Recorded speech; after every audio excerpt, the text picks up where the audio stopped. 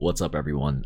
This week should be very interesting. In today's video, we're going to take a look at the news for this week. We're going to take a look at the SPY, the NASDAQ, the IWM, maybe take a look at the crypto markets, the dollar, and the 30-year bond. All right, so without further ado, let's get started with the video. So tomorrow, bank holiday. Wednesday, we get PPI data coming out at 8:30 in the morning. And then we have FOMC minutes at 2 p.m. Wednesday.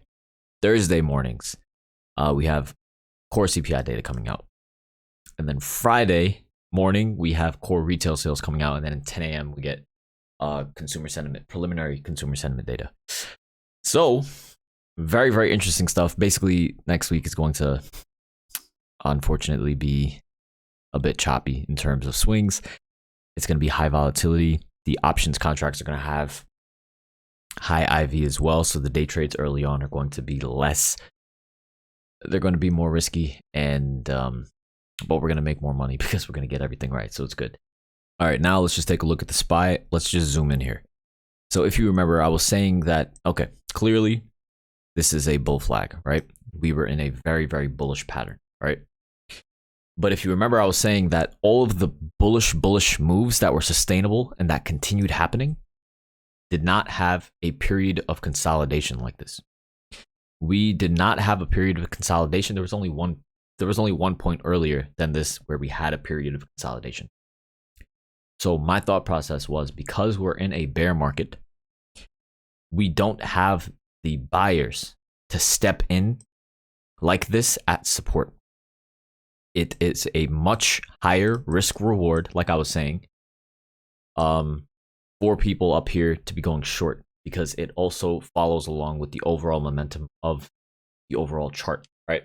So I was saying, if you guys remember, back here at like 375, whatever, it would make more sense for a fund to go short at that point because there wasn't as much room to the upside. All right, cool. So essentially, technically, right, on this day, on this candle, it made more sense to go long because we were holding support. This is a bullish structure. We went short. We went short Nvidia. And the reason for that was, once again, because I didn't think that we were going to be able to consolidate like this. And the reason for that is obviously we're in a bearish market, but also this is just very similar to these situations. Basically, we continued going up, but we couldn't really basically, consolidate, and there was no room for us to continue going higher. Basically, what we saw out of this move was we had multiple days where we continued breaking above the highs, and we never came back and retested any of these lows, right? So we just kept on gapping up and making new highs. That is the only way that we're basically going to have some sort of a bullish structure, especially close to highs, right?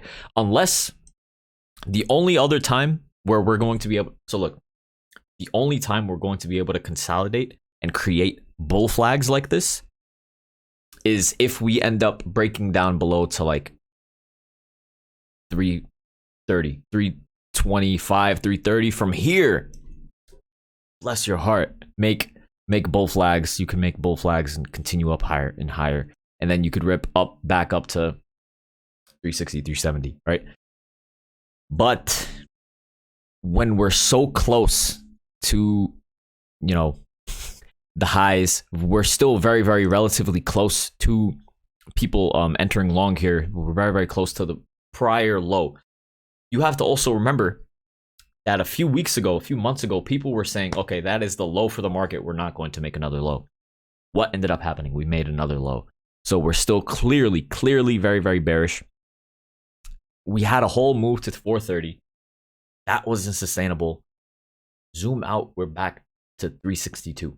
All right, so here's the thing. So essentially, that's the reason why I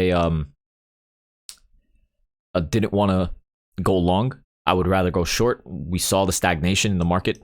If there's no blindingly upside buying pressure, then there's no reason to go long. At the moment, it's much more higher reward to go short because the overall momentum of everything is short. So now here's the thing. Technically, as we've gotten this big red candle, and as we get closer to 360, it makes sense to go long with a 360 stop loss. Essentially, as we fell down to 360, it makes all the sense in the world to go long. And even when we did have this big red day, there was a day where we consolidated, we gapped up, and we had a green day. We bounced up a bit even more. So it makes sense. It makes sense for us to bounce here, have some sort of a green day, bounce back to 367 max, right? If we do get a retest of 367, I would be very, very impressed by bulls. This would basically mean, I would even go so far as to say that if we end up breaking and closing above 368, 369, that if we end up breaking above 368, 369, right? Tomorrow, we end up closing above this level here. Then this would just be one of like a fake out to the downside, and it will continue ripping higher. I think 368, 369 is a very, very important level for tomorrow specifically. I could be completely wrong. We'll see. But that is what my gut is saying. But that's only if we close above that. I would be very, very shocked. What I think is going to end up happening is, even if we do have a bit of a green, it makes sense that we should open green. We should open somewhat green. We should be gapping up a little higher, but we're currently short. We have a lot of puts because we're just following the momentums to the downside. The reason why I entered puts, a lot of puts specifically, is because, say for example, this continues falling lower and we end up making a new low down here. All right, we've broken down the new low and now we are breaking down lower. How much more follow through to the downside do you think they're going to allow you to have? Are they going to reward late bears? I don't know. Do you understand? So there might not be that much room to the downside. We could end up bouncing. We could end up going down to 355, 354, right? And then people will say, okay, I'm going to go long at 350 instead. We never get 350. We end up bouncing off of 354 and bouncing back up to 372. So in my opinion, the most pain to retail would be if we make these new lows and we bounce off of like 350 to 347. Once we start really, really showing bearishness, this is a very, very important level that I would love to basically go long, but they have to show a lot of fear and they have to make it look like we're going to start capitulating below 350. Once people start feeling like we're going to dip lower and lower and lower, that's when you have to start scaling into longer term calls. So at the moment, my game plan is getting shorter term puts, longer term calls. Once we start retesting levels of resistance, right? Then my overall thesis is for the next few weeks, I want us to basically break below 350 to 340. And then have an aggressive bounce into the end of this month, potentially, or early next month. And that would be in line with midterm elections. And I think that is like a nice little connecting the dots sort of play. And then, we fall, and we end up bouncing back to 367 to 370. And then from there, that is going to be a very, very interesting point. But essentially, that's my overall thought process at the moment. It makes sense to remain, bearish. It's so easy to just be bearish at the moment. Way less stressful to try to go long, and it works in your favor so much easier to go short during a bearish market. The other thing is that the MACD looks garbage, right? We are obviously very, very overbought on the MACD. Huge red day, and the MACD is showing that there is a lot more room to go to the downside before the MACD becomes oversold. Basically, while the MACD is still overbought like this, it still shows that there's a lot more room and momentum to fall lower. Similar to how the MACD was back here and how the price of the SPY was back here, right? there was still a lot more room to fall to the downside before the MACD found a bottom here and became oversold right here. So there's also a potential similar situation that could happen on the SPY currently. And I would rather be on the side of the overall momentum, as I was saying back here at 375. It makes sense for a fund manager that has a one-to-one basically reward going long and short. Makes sense to follow the overall momentum. So all of the fund managers that were watching the YouTube video, congratulations for going short alongside momentum at levels of resistance instead of trying to go long and hoping that this bull flag would bounce.